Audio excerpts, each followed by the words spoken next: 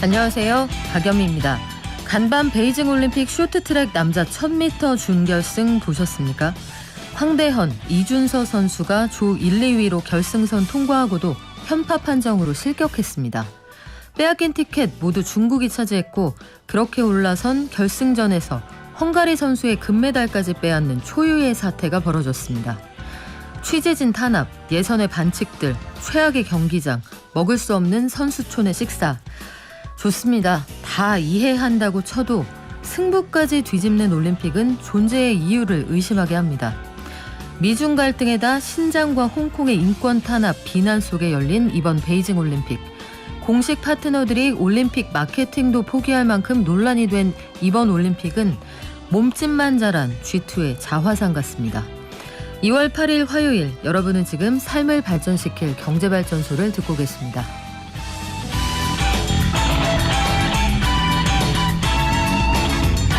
달러와 강세 속에 외환 보유액이 석 달째 감소세입니다. 달러화로 환산한 값어치가 그만큼 줄었다 이런 얘기가 되겠죠. 또 지난해 사상 최대 매출을 달성한 반도체 업계, 올해 상반기 채용이 시작됐는데 경력직 채용이 제법 많은 모양입니다. 저소득층의 학자금 대출 규모가 3조 원에 가까이 늘어났다 이런 소식도 들어와 있고요. 지난달 외식 물가 13년 만에 가장 높은 상승률 보였다. 통계까지 함께 정리해드리겠습니다. 최근 부동산 한파가 청약시장에도 영향을 주고 있다고 하는데 청약시장 어떤지 부동산 시장 전문가에게 들어보겠습니다. 오늘 주식시황에서는 간밤 뉴욕 증시 그리고 우리 장 전망해보고요. 박연미의 경제픽, 업무상 사고 당했을 때 대체 어디까지 산재로 인정받을 수가 있을까요? 현장에 노무사 모시고 다양한 사례를 통해 알려드리겠습니다. 경제탐사, 요즘 결혼정보업체 이용하는 소비자들이 많다고 하는데 생각보다 현장에 분쟁도 많은 것 같습니다. 자세한 내용 경제탐사에서 알아볼게요. 저희 방송 중에 샵 0951로 문자 주시면 짧은 문자 50원, 긴 문자 100원이고요.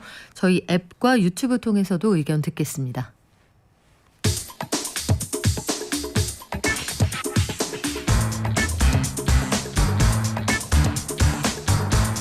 매일 아침 쏟아지는 경제 뉴스 10분만 투자하면 충분히 따라잡을 수 있습니다. 10분 경제 한겨레 신문 이지혜 기자가 정리합니다. 안녕하세요. 안녕하세요. 요즘 환율이 많이 올랐는데 외환 보유액에도 변화가 있다 이런 얘기가 들려요. 예, 어제 한국은행이 발표한 우리나라 외환 보유액은 지난 1월 말 기준으로 4,615억 달러로 집계됐습니다. 지난해 10월 말에 사상 최대치를 찍은 뒤에 석 달 연속 감소해서 세 달 만에 61억 달러 가까이 줄어든 겁니다. 에너지 값이 급등하면서 지난달 무역수지 적자가 사상 최대치를 기록한 데다가 미국 금리 인상 전망으로 달러가 강세를 보이면서 달러 환산 외환 보유액이 줄어든 것이 주 원인입니다. 우리 기업들이 해외에 지불해야 할 달러 액수가 늘면서 기업들의 달러 수요가 늘어나고 여기에 대응하려는 주 거래 은행들이 한국은행에 맡겼던 외화 예수금을 뽑아 쓰고 있기 때문입니다. 하지만 이런 보유액 감소에도 불구하고 우리나라 외환 보유액은요, 사우디아라비아를 제치고 세계 8위로 한 단계 올라가서 상당히 높은 수준을 보이고 있는 상황입니다. 네, 올해 반도체 업계도 한번 들여다볼까요? 주요 대기업 인재 쟁탈전이 시작됐다 이런 얘기도 있어요. 예, 지난해 사상 최대 매출 실적을 달성한 반도체 업계를 중심으로 주요 대기업의 올 상반기 신입과 경력 채용이 시작됩니다. 시작은 삼성입니다. 삼성전자는 교육 채용 홈페이지에 온 17일까지 2022년도 DS 부문 공정 분야 경력직 채용한다는 내용을 이미 공고를 했습니다. 모집 분야는 반도체 프로세스 아키텍처, 반도체 공정 개발, 평가 및 분석, 재료 개발 등이고요. 입사를 하면 화성, 기흥, 수원 등 지역에 있는 사업장에서 근무하게 됩니다. 삼성은 국내 5대 그룹 가운데 유일하게 정기 공채 제도를 유지하고 있는데요. 내달 중순에는 대졸 신입사원 공채도 진행할 예정입니다. 삼성은 설비 투자 규모를 지속적으로 확대하고 있는 데다가 지난해 이미 3년 동안 4만 명 직접 채용하겠다 이렇게 밝힌 바가 있어서 채용 규모는 예년 대비 커질 것으로 보입니다. SK 하이닉스도 공채 시작한다고요? 예, SK 하이닉스도 올해 1분기 중에 대졸 신입과 경력사원 공채를 시작합니다. 모집 분야는 공정, 설계, 테스트, 패키징, 소프트웨어 등입니다. SK 하이닉스도 용인 반도체 클러스터 구축, 그리고 미국 랜드 자회사 솔리다임 출범 등 미래의 신성장 동력 준비를 위한 과제가 굵직하게 있어서요. 예년 대비 채용 규모를 확대하기로 했습니다. 업계에서는 올해 메모리 반도체 업황이 조기에 반등할 가능성, 그리고 신산업 투자 확대 등의 영향으로 반도체 업계 두 거목인 양사의 인재 쟁탈전이 치열할 것으로 내다보고 있습니다. 네, 저소득층 학생들을 위한 학자금 대출이 있는데 대출 규모 누적액이 3조 원에 가깝게 불어났다. 사정이 어려운 학생들이 많은가 보네요. 지난 2017년부터 2021년까지 5년 동안 전체 소득 10분위 가운데 3분위 이하 저소득층의 학자금 대출이 얼마나 되나 따져보니 약 2조 9천억 원 정도로 나타났습니다. 5년간 소득 관계없이 전체 학자금 대출이 6조 4천억 원을 조금 넘었는데요. 그중에 45%가 3분위 이하 저소득층에서 발생했습니다. 특히 소득 1분위 학자금 대출이 1조 2천억 원으로 전체의 19.3%를 차지했습니다. 전체적으로 보면요, 이게 불어나진 않았고요. 국가장학금 제도가 발달을 하면서 학자금 대출은 줄어드는 추세에 있고요. 저소득층 학자금 대출 역시 감소세를 보였습니다. 그런데 대출의 양상이 달라지고 있다. 이건 무슨 얘기인가요? 학자금 대출은 크게 등록금 대출하고 생활비 대출로 나뉘는데요. 2017년부터 지난 5년 동안 이어진 전체적인 학자금 대출 감소세 와중에 등록금 대출은 15.5%가 감소했는데 생활비 대출은 8%밖에 줄지 않았습니다. 쉽게 보면 전체 학자금 대출에서 생활비 대출의 비중이 올라간 겁니다. 특히 저소득 대학생들은 등록금보다 생활비 대출을 많이 받는 것으로 나타났는데요. 2017년에는 저소득 등록금 대출이 생활비 대출보다 많았는데 2018년부터는 생활비 대출이 등록금 대출을 추월하기도 했습니다. 그래서 최근 5년 동안 저소득층의 학자금 대출 가운데서 생활비 대출은 총 2조 5천억 원으로 등록금 대출 1조 4천억 원으로 웃돌기도 했습니다. 그렇군요. 현장에서 느끼는 체감은 더 심각하지 않을까 싶은데 외식 물가 얘기도 한번 해볼까요? 물가 많이 올랐다는 말씀은 거듭해서 드리는데 밖에서 뭐 하나 사 먹기가 무섭다 이런 얘기가 나오는 모양이네요. 1월 외식 물가 지수 상승률이 5.5%로 2009년 2월 이후 12년 11개월 만에 가장 높았습니다. 갈비탕, 생선회, 소고기 등 39개 외식 품목 물가가 일제히 지난해 같은 달보다 오른 건데요. 우리가 일상에서 많이 먹는 김밥, 햄버거, 라면, 짜장면, 치킨, 삼겹살 등이 물가가 큰 폭으로 상승을 했습니다. 농축수산물 물가도 6.3% 올랐는데요. 지난해 12월보다는 상승폭이 축소되기는 했지만 여전히 높은 편이고요. 가공식품 물가도 4.2% 올라서 7년 5개월 만에 가장 높은 상승률을 보였는데 국수, 식용유, 우유 등이 특히 많이 올랐습니다. 네, 지금까지 한겨레 신문 이지혜 기자였습니다. 고맙습니다. 감사합니다.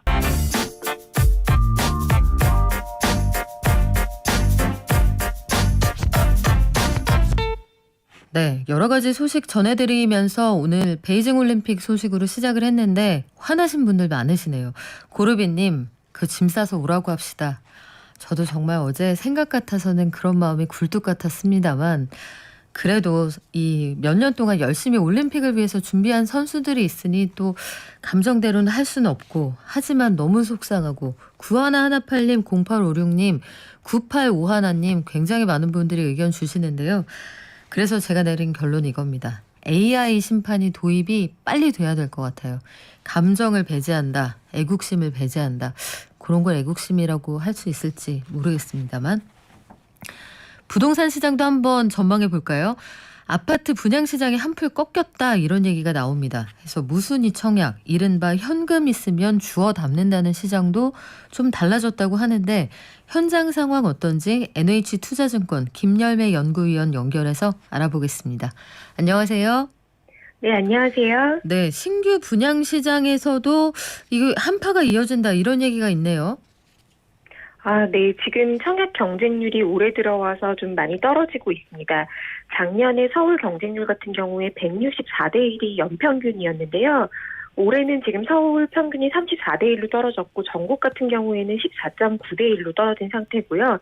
일부 미분양들도 꽤 나오고 있고 1순위에서 이제 당첨이 안 되거나 미계약분이 나오면 무순위, 이제 줍줍이라는 표현을 쓰는 말씀하신 현금만 있으면 가져갈 수 있는 무순위 청약이 계속 나오고 있는 중입니다.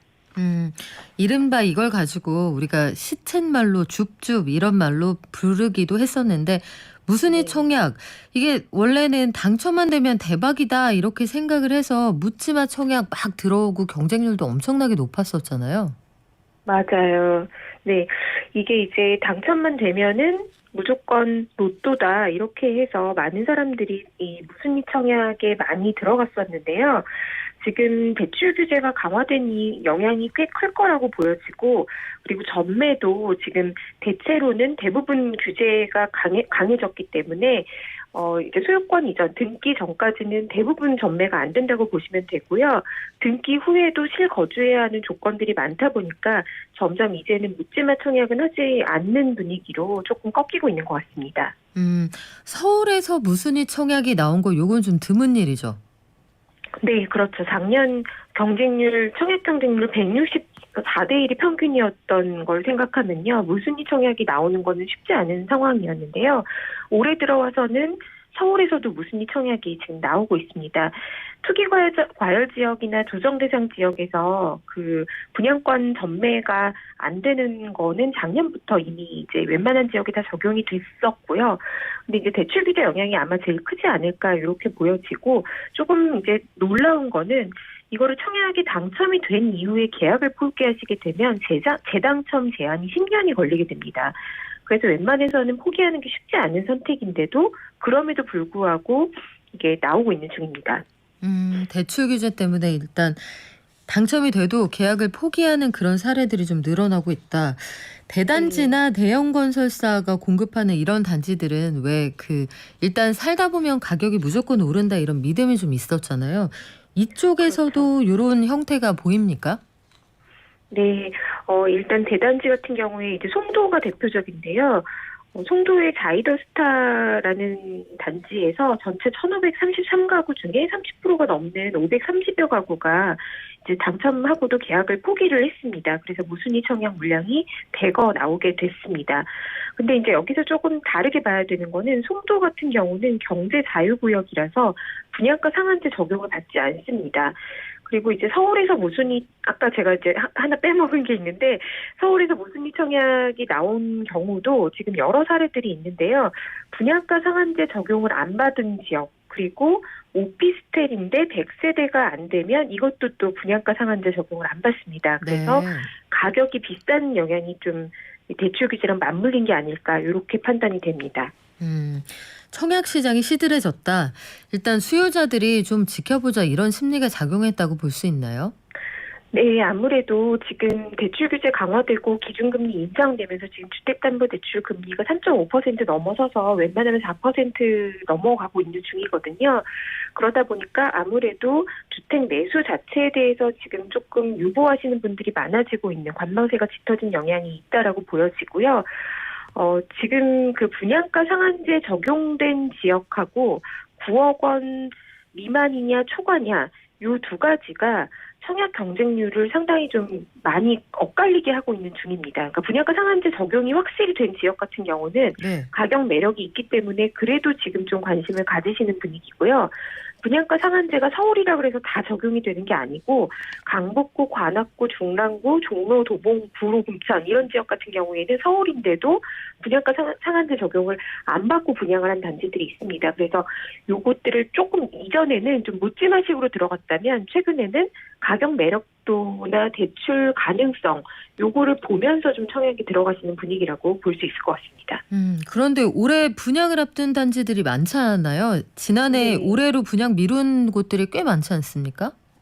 맞습니다. 이제 일부러 미룬 데도 있고요. 조금 지연된 지역도 꽤 많았습니다. 사업 지연이 좀 있었는데요. 재건축 같은 경우에 작년에 하려다가 올해로 미뤄진 단지들이 강남이나 잠실 그리고 둔촌 이런 지역에서 올해 대규모 단지들이 좀 분양을 앞두고 있고요.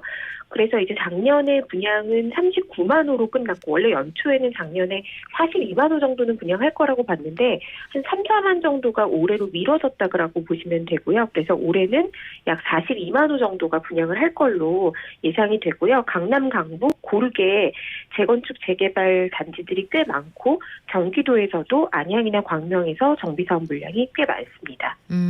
근데 이게 전반적으로 보면 대선 후보들이 각각 공급 물량을 확 늘리겠다 이런 공약을 하고 있는데 이게 시장에 영향을 좀 미친다 이런 분석도 있더라고요. 사실 대선 후보들께서 말씀하고 있는 그 공약 같은 경우는 사실 당장 이게 내년, 내후년에 크게 물량이 늘어나기는 어렵고 약간 그래도 시간이 3, 4년은 필요한 사업들입니다. 하지만 일단은 지금 주택시장 자체의 불확실성이 워낙에 크고 대외 불확실성도 크죠. 미국의 금리 인상이 계속 앞당겨진다라는 전망이 나오고 있고요. 그러다 보니까 이 공급자 쪽에서도 불확실성이 더 커지기 전에 최대한 빠르게 하자라는 분위기가 형성이 되고 있습니다. 그래서 이제 작년에 올해로 미뤄진 사업들 대규모 대표적인 게 이제 둔촌 주공 같은 경우인데요. 최대한 빠르게 사업을 하려고 하지 않을까 이렇게 생각이 듭니다. 그래서 오늘의 우리가 가장 궁금해하는 질문은 사실 이건데 실수요자다 하면 지난해 영끌했던 사람은 힘들어질 수도 있다는 말씀을 저희가 불과 어제 드렸거든요. 그런데 네. 내가 실수요자인데 지금까지 기다렸다 하면 매수 시점을 올해로 잡아도 괜찮습니까? 일단은 첫 번째는요, 가격 메리트를 지금은 좀 보면서 판단하셔야 되는 시점이고요. 제일 중요한 것은 대출 규제입니다. 본인이 현금 마련을 할 수 있는 수준을 이자 비용 올라가는 걸 감안해서 계산하시는 게 실수요자에게는 가장 중요한 포인트가 아닐까 이렇게 생각이 되고요. 그다음에 이제 분양이라고 해서 신규 분양이면 무조건 청약하자 이런 분위기가 바뀌고 있는 이유는 분양가 자체에 달려 있습니다. 지금 분양가 상한제에 대해서 물론 허그 보증을 받는 것만으로도 분양가에 대한 심사가 있지만 분양가 상한제 적용을 받느냐 안 받느냐는 가격에 꽤 큰 차이를 만들고 있습니다. 지금 분양가 상한제 적용 단지 같은 경우는 시세 대비 한 30% 정도의 가격 매력을 여전히 가지고 있거든요. 네. 그래서 분양가 상한제 적용 아파트에 청약을 들어가시는 거는 저는 여전히 추천하고 있는 제일 이제 가격 매력이 좋은 단지라고 볼 수가 있고요. 반면에 그럼에도 불구하고 9억 원이 넘어가게 되면 중도금 대출이 안 되기 때문에 계약금도 20%, 중도금도 최소 20에서 40%까지를 현금을 직접 마련하셔야 되는 부담이 상당합니다. 그래서 이 부분에 대해서 스스로 체크하시는 게 제일 중요한 포인트다라고 말씀드릴 수 있을 것 같고 분양가가 올라가고 있는 단지들이 생기면서 네. 이 분양가 상한제 적용 안 받는 이제 약간 비규제라던가 100세대 미만 오피스텔, 29세대 미만 아파트 이런 거 지금 다 적용을 안 받아서요. 가격이 굉장히 비쌉니다. 이런 단지에서 아마도 미분양이 나올 것 같아요. 그러면 이제 미분양이 나왔다라는 얘기만으로도 주변의 구축 아파트들의 가격이 좀 조정이 나올 수 있기 때문에 이럴 때는 조금 살펴보실 필요가 있지 않나 이렇게 생각이 됩니다. 잘 듣고 보니까 주변의 시세도 잘 보고 자금 여력을 보고 들어가라. 우리 이거 굉장히 이성적인 판단인 건데 한동안 패닉 바잉 바람 속에서 우리가 뭘 좀 놓치고 있었나 싶기도 하고요. 여러 가지로 도움이 되셨을 것 같습니다. 지금까지 NH투자증권의 김열매 연구위원이었습니다. 고맙습니다. 네, 감사합니다. 네, 코로나 확산세가 좀 무섭죠. 앞자리가 조만간 바뀔 수도 있다. 이런 좀 비관적인 전망도 있는데 사회적 거리 두기를 계속해서 유지하면서 마스크 쓰는 것 지금 우리가 할 수 있는 최선이고 국무위원 일부도 지금 코로나 확진이 됐다 이런 소식도 들리고요. 자가 진단을 포함해서 재택 치료할 수 있는 키트 지급할 수 있는 여력이 거의 동나간다는 얘기도 있습니다. 미리미리 주의하시고요. 우리 건강하게 또 계속 만나기로 하죠.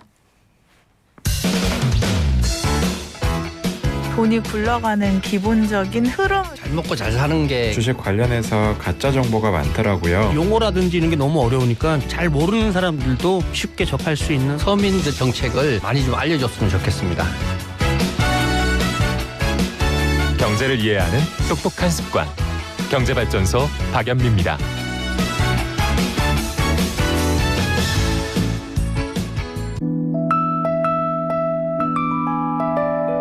개미 한 마리, 개미 두 마리, 개미 세 마리가 사과를 네, 간밤 뉴욕 증시 그리고 오늘 우리 증시 전망해 보겠습니다. 미래에셋증권 디지털 리서치 팀의 박광남 팀장 연결돼 있습니다. 안녕하세요. 예, 안녕하십니까. 네, 간밤 뉴욕 증시 어땠습니까? 일단 시작은 긍정적이었습니다. 다만 이제 시총 비중이 큰 대형 기술주 중심으로 규제 이슈가 조금 부각되면서 지수를 전반적으로 좀 내리면서 하락 전환되는 모습이 나타났고요. 반면에 호주가 이제 백신 접종자 중심으로 국경 개방을 발표하는 등의 이제 위드 코로나 이슈가 좀 부각된 점으로 리오프닝 관련주들이 강세를 보인 것이 나름의 특징적인 부분. 장 막판에는 아무래도 우크라이나 이슈가 재차 다시 부각되면서 변동성을 키우면서 마무리된 것이 조금은 아쉬운 부분이라고 말씀을 드릴 수 있을 것 같습니다. 유럽중앙은행 통화정책회의 이후에 라가르드 총재 발언이 나왔는데 뭐라고 했습니까? 일단은 사실 지난 22, 그러니까 유럽중앙은행 통화정책회의에서 2022년에 금리 인상 가능성을 좀 시사하면서 선회하는 모습을 보였던 라가르드 총재가 이번에는 다소 완화적인 발언을 하면서 시장을 달래는 모습을 보였습니다. 라가르드 총재는 유로존의 인플레 위험이 높아지고 있다는 점을 인정을 하긴 했지만 높은 인플레이션이 고착될 가능성은 낮다고 발언하며 물가 압력은 2024년에는 여전히 진동될 수 있다고 언급을 했습니다. 특히 유로 지역의 수요 여건이 다른 주요 경제국들과 달리 과열 징후를 보이지 않는다는 점을 언급한 것을 주목할 필요가 있는데요. 유로존의 인플레이션은 여전히 공급망 병목에 의한 일시적인 요인에 대한 성향이 강한 것으로 보고 있기 때문에 통화정책 변경에 신중을 기하겠다는 뜻으로 해석하면 될 것 같고요. 이 수요 견인 인플레이션과 달리 비용 인상 인플레이션의 경우에는 병목 현상이 해소될 경우 영향력이 빠르게 감소할 수가 있습니다. 실제로 IMF 자료에 따르면 미국과 달리 유로존의 인플레 요인들은 대부분 에너지 가격 상승과 음식료품 가격 상승에 기인하고 있거든요. 라가르드 총재는 2023년 인플레 목표치를 여전히 2%대로 유지를 하겠다라고 언급을 했고요. 이에 따라서 유럽중앙은행은 큰 긴축이 필요하지 않다라고 마무리를 좀 지어줬습니다. 미국의 인플레 요인이 유로존과 다르기는 하지만 사실 대규모의 재정정책이 만들어낸 수요 증가 효과가 감소하고 있다는 점을 좀 고려를 해봤을 때 이 같은 유로존의 결정도 인플레의 향후 전망에 있어서는 나름 좀 의미를 두고 저희가 해석해 볼 필요는 있다라는 생각입니다. 네, 그리고 우리가 증시를 판단할 때 지금 시점이 기술주가 부진하다는 건 좀 느낌으로 아시는 분들이 많을 텐데 다시 경제활동이 재개되었을 때 강세를 보일 수 있는 업종들 요거 신중하게 고르시는 분들 많을 것 같거든요. 이런 변화가 언제까지 지속될까요? 일단 오늘 같은 경우에도 메타 플랫폼이 미국 증시 하락세를 좀 이끌었는데요. 메타 플랫폼즈는 이날 연례 보고서를 통해서 유럽 규제 당국이 유럽 사용자의 개인정보를 미국으로 전송하는 것을 막을 경우 유럽에서 페이스북과 인스타그램을 폐쇄할 수 있다고 발표를 했습니다. 지난달 8월 아일랜드 규제 당국도 EU 지역 사용자의 데이터를 미국 전송을 중지하도록 조치를 발표하기도 했었거든요. 이를 어길 경우 대규모 벌금 부과를 가능토록 했는데 이에 따른 이 기업의 반발이라고 보시면 될 것 같고요. 알파벳 또한 스웨덴의 가격 비교 회사인 프라이스 러너와의 소송 이슈가 좀 생기면서 대략 한 3% 약세를 받았습니다. 이 같은 대형 기술주가 규제 이슈가 좀 부각이 되자 미국에 있는 나머지 대형 기술주들에 대한 것들로 조금 전이되는 모습들이 나타나기도 했는데요. 반면에 호주의 백신 접종자에 대한 관광객 입국 의혹 소식, 그다음에 최근 북유럽 코로나 방역 폐지 결정, 그리고 미국 CNN에서 오늘 발표가 됐었죠. 미국도 서서히 이런 기조로 가려고 한다라는 이슈들로 인해서 카니발, 부킹닷컴 등 여행 업종은 강세를 보였습니다.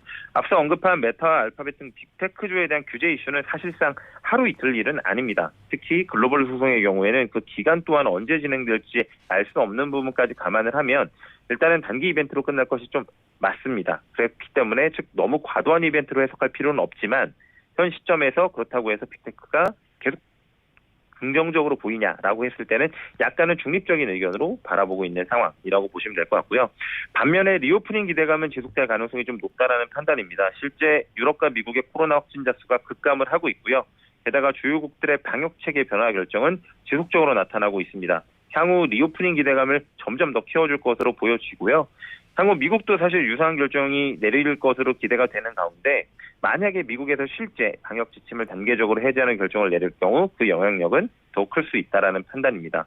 또한 긴축으로 선회한 통화 정책에 대한 우려도 이 리오프닝이 만들어낼 성장 효과에 대한 기대가 걱정을 일부 반감시킬 수 있을 것으로 좀 기대가 되니까 관련돼서 여행부터 호텔 레저 관련된 리오프닝 업종들은 조금은 주시하고 계셔도 되지 않을까라는 생각을 하고 있습니다. 네, 우리가 실제로 받아드는 확진자 숫자는 좀 비관적입니다만 리오프닝, 그러니까 경제활동이 재개될 거라는 기대감 때문에 여행 업종이 강세를 보인다.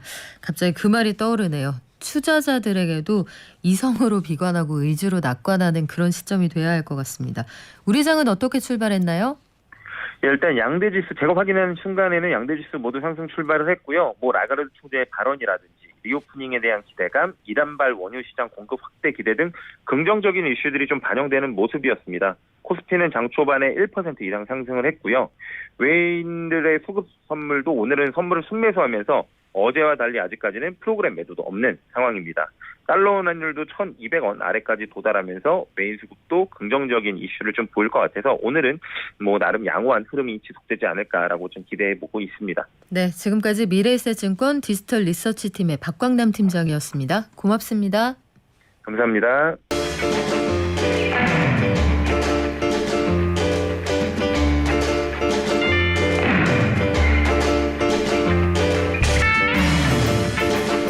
여러분, 산재라는 말 들어보셨죠? 일하다가 다쳤다, 쉽게 말하면 그런 뜻인데 이 산재로 인정받은 건수 2020년 기준으로 10건 중에 6건이라고 합니다. 그런데 고용노동부가 발표한 2020년 기준 현황 통계를 보면 하루 평균 296명의 노동자가 업무 중에 다치거나 병드는 일이 벌어지고 있다고 해요. 심각한 사망사고도 최근까지 계속 아마 목격을 하셨을 겁니다. 대표적인 게 삼표산업 석재 채취장에 근로자 3명이 사망하는 안타까운 사고였는데 산재라는 게 대체 어디서부터 어디까지인지, 이렇게 아주 심각한 상황부터 어디까지를 커버하는 제도인지, 우리는 또 어떻게 도움을 받을 수 있을지 회사를 구하는 인사의 저자 HR 컨설턴트 장내석 노무사 모시고 알아볼게요. 안녕하세요. 안녕하세요. 자, 요새 올림픽 보십니까? 화가 나서 잘 안 봅니다. 아, 네. 참 다들 그렇습니다. 그런데 산재 같은 것들도 보면요, 우리가 현장에서 뭔지 몰라서 혹은 애매한 판정 때문에 요 인정 못 받는 경우도 있거든요. 이거 참 화가 나고 분노하게 되는 경우도 있는데, 일단 산재 적용을 받는 근로자의 범위는 어디서부터 어디까지입니까? 일단 근로자의 정의를 아셔야 되는데요. 사용자의 지휘 명령 하에서 자신의 노동력을 제공함으로써 생계를 유지하는 자를 말하고요.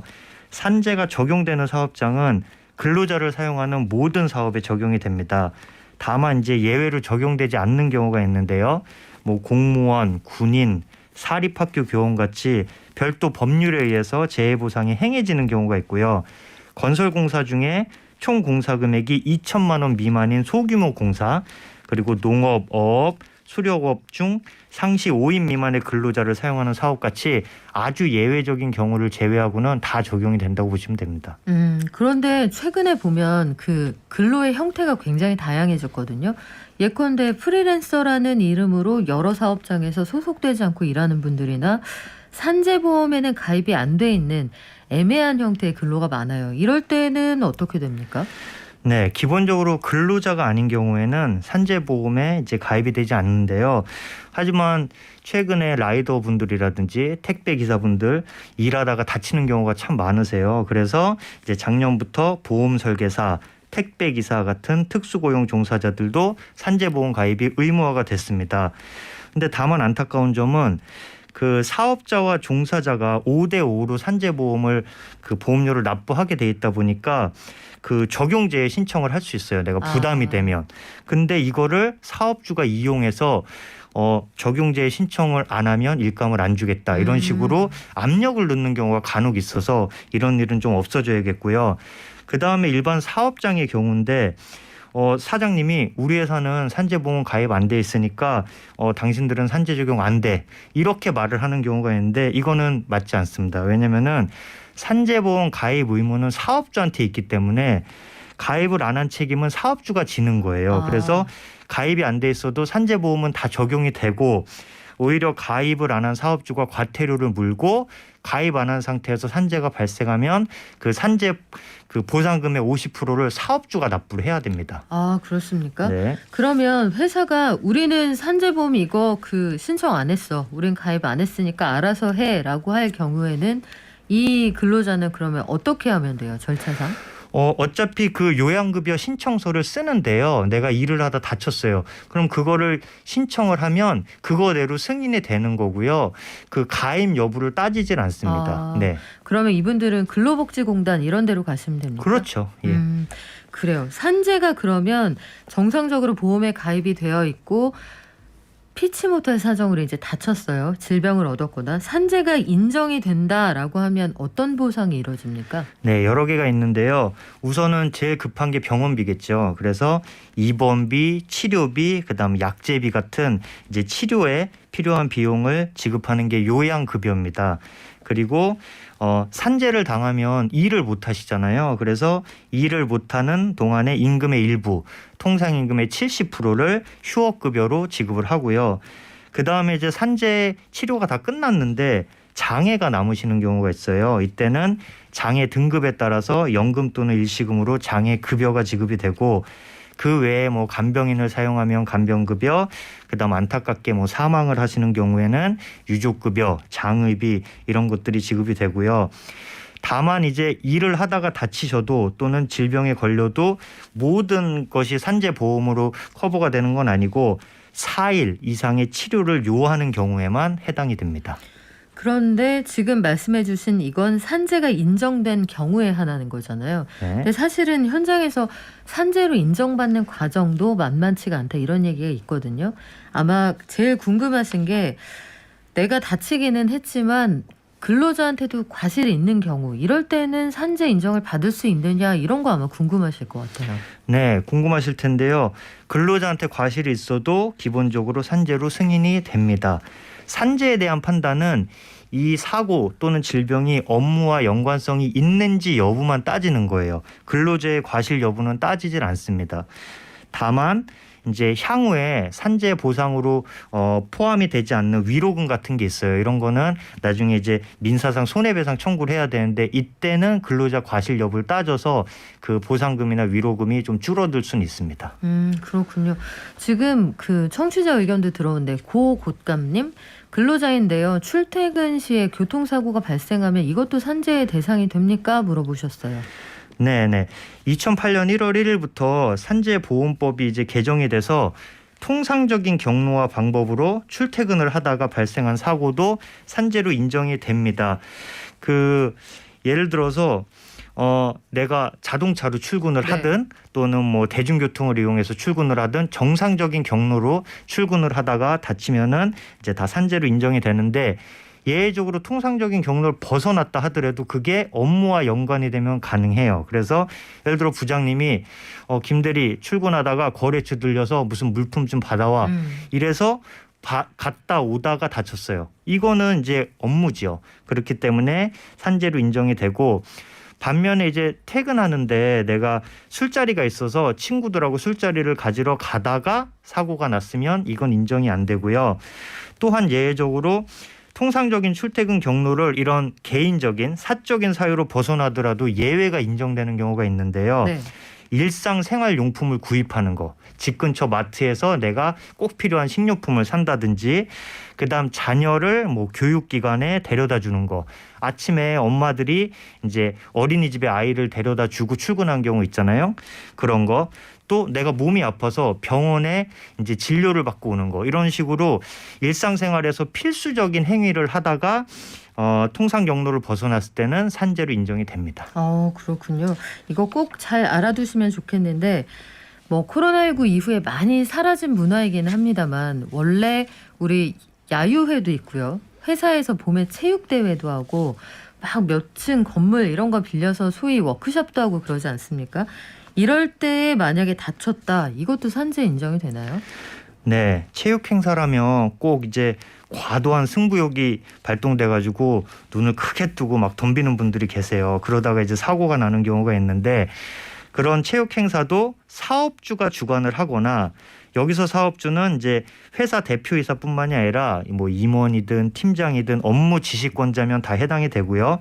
이런 사업주의 지시에 따라서 참여한 행사 또는 행사를 준비하는 중에 발생한 사고는 산재로 인정이 돼요. 예를 들어서 매년 1월 초에 어떤 건설회사가 이제 안전기원 산행을 했어요. 근데 1월이면 춥잖아요. 그리고 미끄럽잖아요. 네. 그래서 거기서 산에서 미끄러져서 다리가 골절되신 분이 있는데 이런 경우에는 산재로 인정이 됐습니다. 반면에 이제 회사 체육대회에 참석했어요. 근데 공식 체육대회는 다 끝났는데 이제 동료하고 친하니까 술 한 잔 더 합시다 해서 이제 술을 한 잔 하러 갔다가 거기서 이제 사고가 나서 넘어진 적이 있는데 그 경우에는 산재로 인정이 되지 않았습니다. 1월에 산행 안전을 기원하기 위해 1월 초에 산행을 한다. 요거는 어폐가 있죠.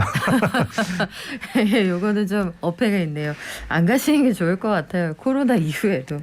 자, 회사에서 업무 시간이나 회식 자리에서 그러면 안 되지만 우리가 술 기운에 사실 감정이 격해지는 경우가 있거든요. 피차 이제 평소 마일리지가 쌓여 있다가 뭔가가 도화선이 돼서 다툼이 있는 경우에 만약에 여기서 누가 다쳤다. 그럴 때는 어떻게 됩니까?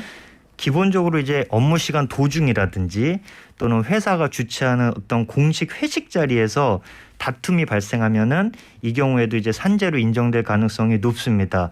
하지만 주의하셔야 될 점은 이 다툼의 이유가 회사의 업무와 전혀 관련이 없는 경우가 있어요. 이때는 인정이 되지 않고 그다음에 직원 간의 사적인 술자리에서의 다툼은 산재로 인정되기 어렵습니다.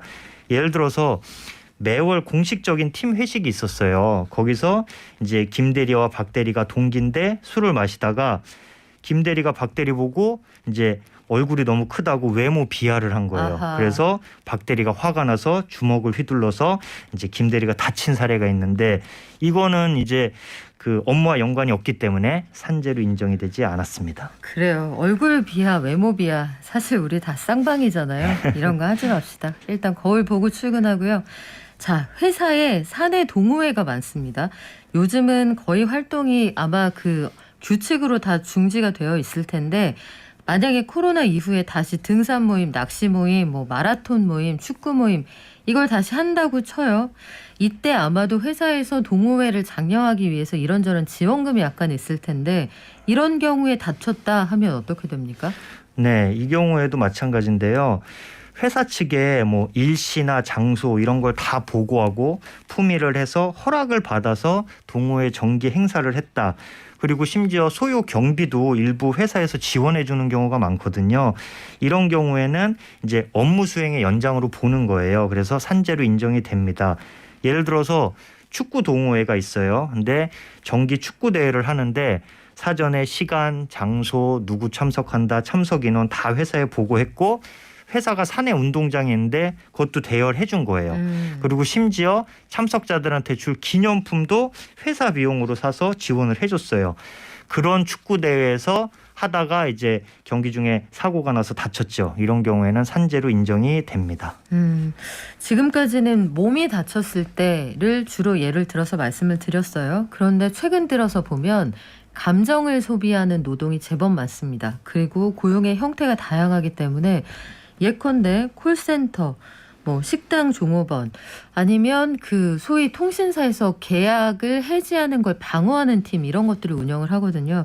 여기에서 일하시는 분들 중에는 감정이 굉장히 상하는 경우가 많이 있을 수 있다. 그리고 사내에서도 반드시 소비자의 관계가 아니라 정규직과 비정규직 사이의 문제일 수도 있고 이런 것들에서 상처를 입은 분들이 굉장히 심한 우울증을 겪거나 아니면 아주 극단적인 선택을 하시거나 이런 경우에는 이것도 산재의 범위에 들어갑니까?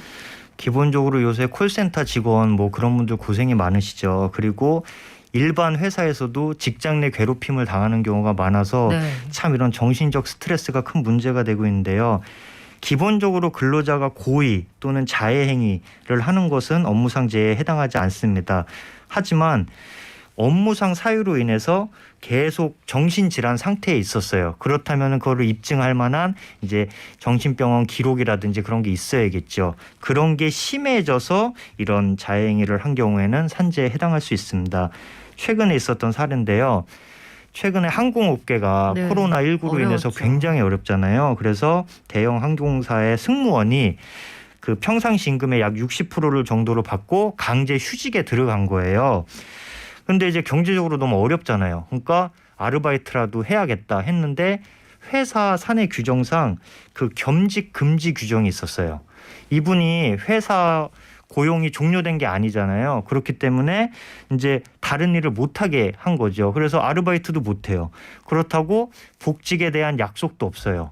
그러니까 무기한 대기 상태에서 우울증이 심해진 거죠. 아이고. 그 전부터 이제 정신병원 치료를 받았는데 그래서 이제 극단적인 선택을 하신 경우가 있는데 이번에 산재로 인정이 됐습니다. 참 안타까운 사례인데 여기까지 가기 전에 우리가 그 근로자들의 마음을 좀 돌봐줄 수 있는 장치가 많이 있으면 좋을 텐데 사실은 이런 것들을 상의할 수 있는 공공기관이 제법 있습니다.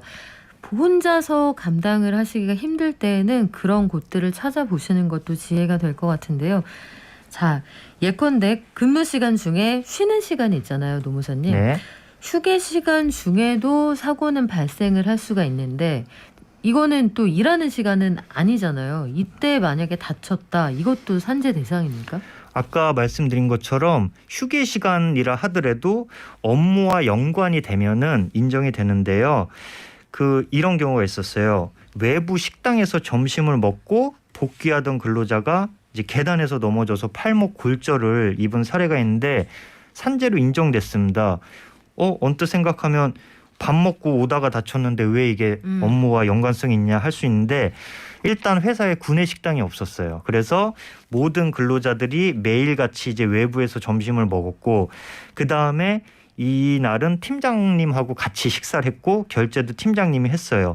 이런 경우라면 사업주의 지배관리하에 있었던 휴게 시간이고 업무 범위에 포함된다. 그렇게 해서 산재로 인정이 됐습니다. 아, 그렇군요. 이번에는 우리 배달 기사님들 얘기를 좀 해볼까 하는데 사실 최근에 그 배달 업종으로 몰려 들어간 인력이 굉장히 많습니다. 이걸 투잡으로 하시는 분들도 계시고요. 해서 관련 종사자가 많은데 제가 연말에 그런 기사를 하나 봤거든요. 산재보험에 가입이 돼 있는 배달기사분이에요. 근데 이분이 사고가 많이 나지 않습니까? 그래서 사고가 나서 한 달 가까이 일을 못하다가 그래서 산재 신청을 했어요. 그런데 인정을 못 받았다. 이런 결과가 나왔습니다. 왜 그렇습니까? 전속성 요건이라는 게 있어요. 그래서 그걸 충족을 시켜야 되는데 이 전속성 요건이 뭐냐? 하나의 사업에 그 운영에 필요한 노무를 상시적으로 제공을 하고 보수를 받아야 된다라는 거예요. 그러니까 한 업체에서 계속 일을 받아야 된다는 건데 고용노동부 고시에 따르면은 배달 기사의 경우에 한 업체에서 받은 월 소득이 116만 4천 원 이상이거나 그 업체에서 일한 시간이 한 달에 97시간 이상이어야지 전속성이 인정이 되는데 사실 배달 기사들은 공유콜을 통해서 여러 업체에서 일을 받잖아요. 그래서 이런 전속성 요건을 충족시키기가 상당히 어려운 현실입니다. 이게 참 애매해요. 그렇죠. 네. 이게 배달 기사분들의 근무 형태에 따라서 실질적으로 현장의 규정도 좀 달라져야 하지 않을까 싶네요. 네.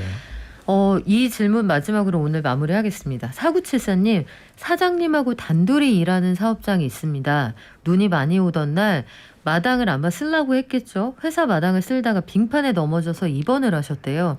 그랬더니 그만둬라 이렇게 얘기를 하는데 이거 산재 아닙니까? 물어보셨어요. 당연히 산재고요. 아까 말한 대로 근로자 1인 이상의 사업자면 다 적용이 되기 때문에 근로자 1인 사업장이거든요. 인정이 되고 또 눈을 치우라고 하는 거는 업무 지시기 때문에 당연히 산재에 해당하고 산재 기간 또는 그 후 30일 동안은 해고가 불법입니다. 아, 그렇군요. 요거 꼭 알아두시면 좋겠고요. 요거 하나 더 알려드릴까요? 사업주가 안전모 등의 안전용품 지급하고 착용하라고 얘기를 하셨대요. 그런데 아마 현장에 일하시는 분들이 착용을 안 하신 모양이에요. 이렇게 해서 산재가 발생했을 때는 어떻게 합니까? 하셨습니다. 네, 이것도 말씀드렸다시피 근로자 과실하고 상관이 없어요. 업무와 연관이 있으면 무조건 산재 인정이 되고 다만 근로자 과실률에 따라서 향후 민사배상에선 좀 손해를 보실 수는 있습니다. 네, 여기까지 오늘 마무리하죠. HR 컨설턴트 장래석 노무사였습니다. 오늘 말씀 고맙습니다. 감사합니다.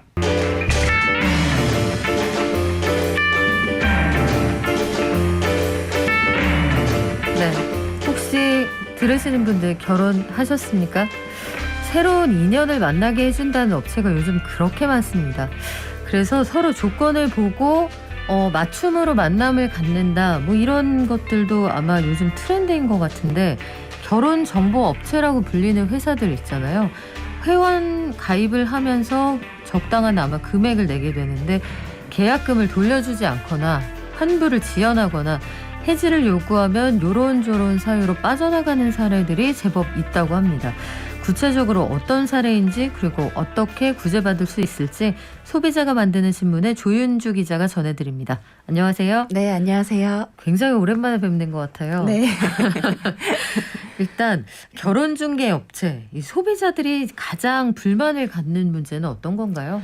네, 계약을 취소하려고 하면 환불 위약금이 과도하다거나 환불이 지연되고 있다는 내용이 주를 이룹니다. 소비자가 내건 조건에 부합하지 않는 상대방을 소개한 일로 불만을 호소하는 일도 있고요. 가입 후에 수개월간 첫 만남이 이루어지지 않는 등 부실한 서비스로 애를 태우는 소비자들도 있습니다.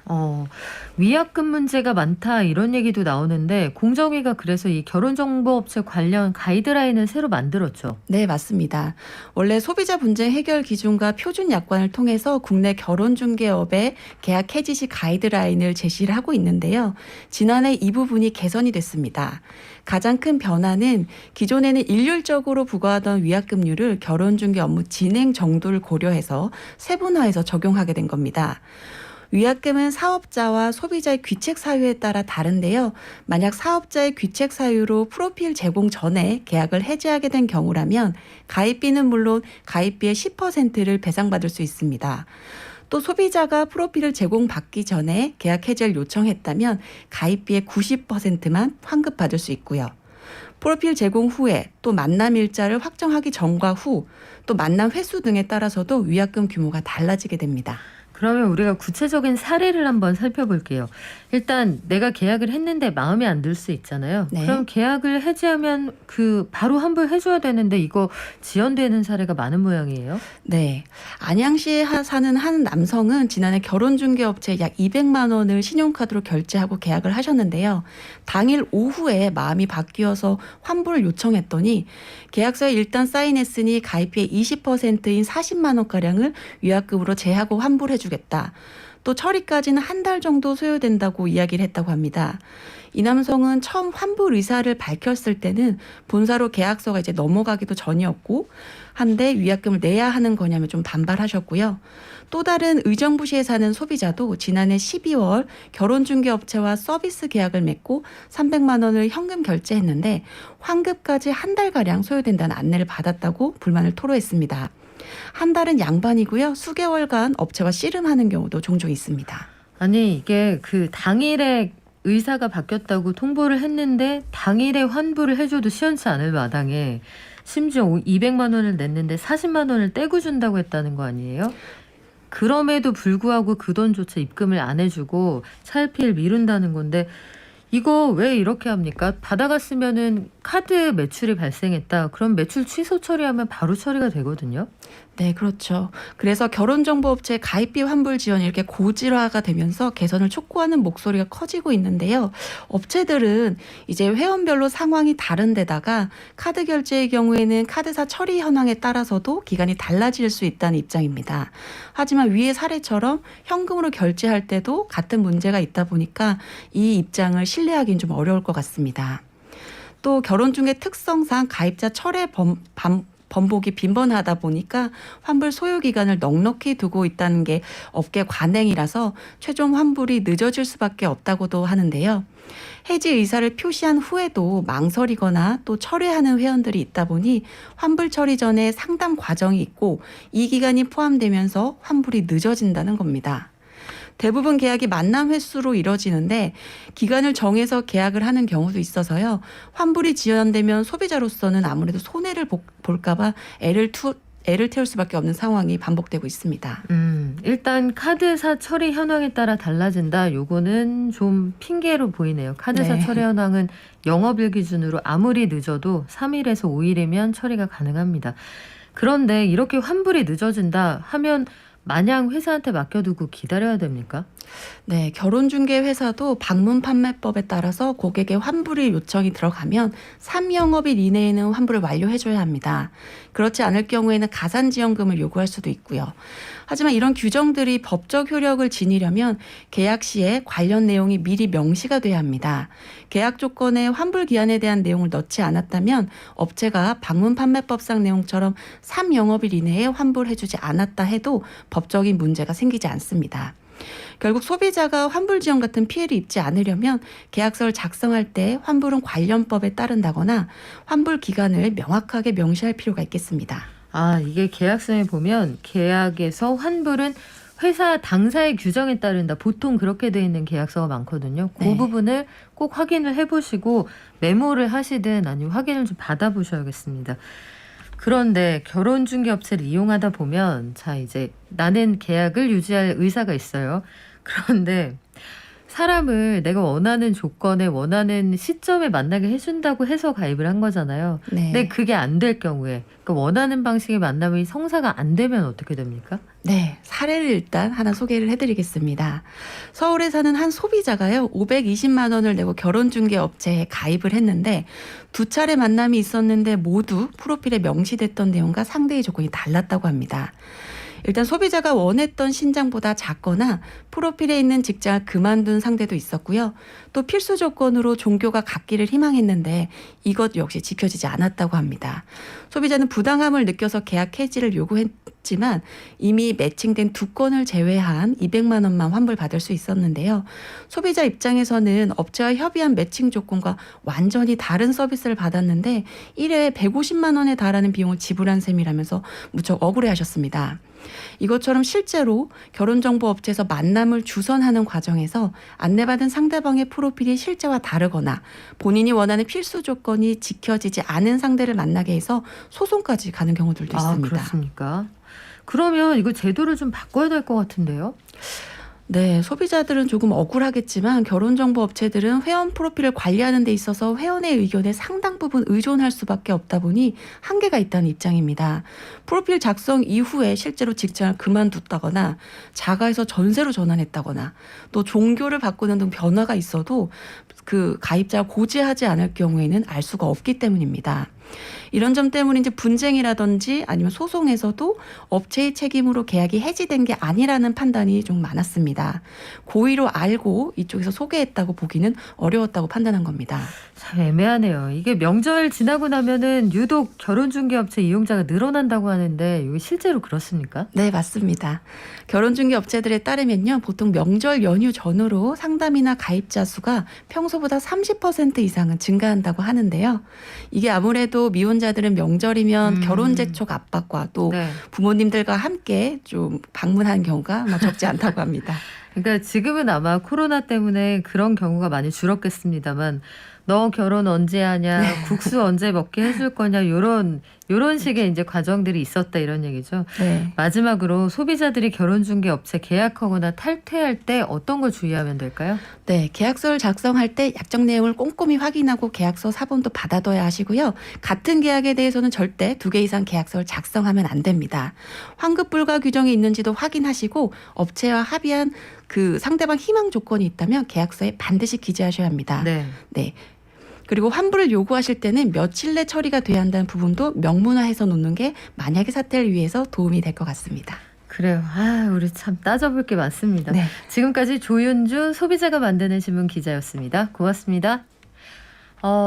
아까 업무적으로 추가 상담이 필요하다. 노무사님 성함 알고 싶다 이런 말씀 해주셨거든요. 장내석 노무사입니다. 성함이 좀 독특하죠. 가운데 글자가 내자예요. 대석으로 검색했는데 안 나옵니다. 이런 분들 계시거든요. 또 궁금하신 점 저희한테 남겨주시면 저희가 또 갈무리를 해서 다음번에 전달을 하겠습니다. 세뱃돈 모아둔 목돈 적금 만기가 되었습니다. 새로 가입하려는데요 하셨거든요. 요즘 예적금 금리 좀 후하게 쳐주는 그 단기 적금들 이런 거 찾아보시면 도움이 될 것 같습니다. 오미크론 확산세가 제법 무섭습니다. 다들 건강하시고요. 부디 건강한 채로 저부터요. 내일 저 열심히 준비해서 돌아올게요. 모두 발전하십시오. 발전.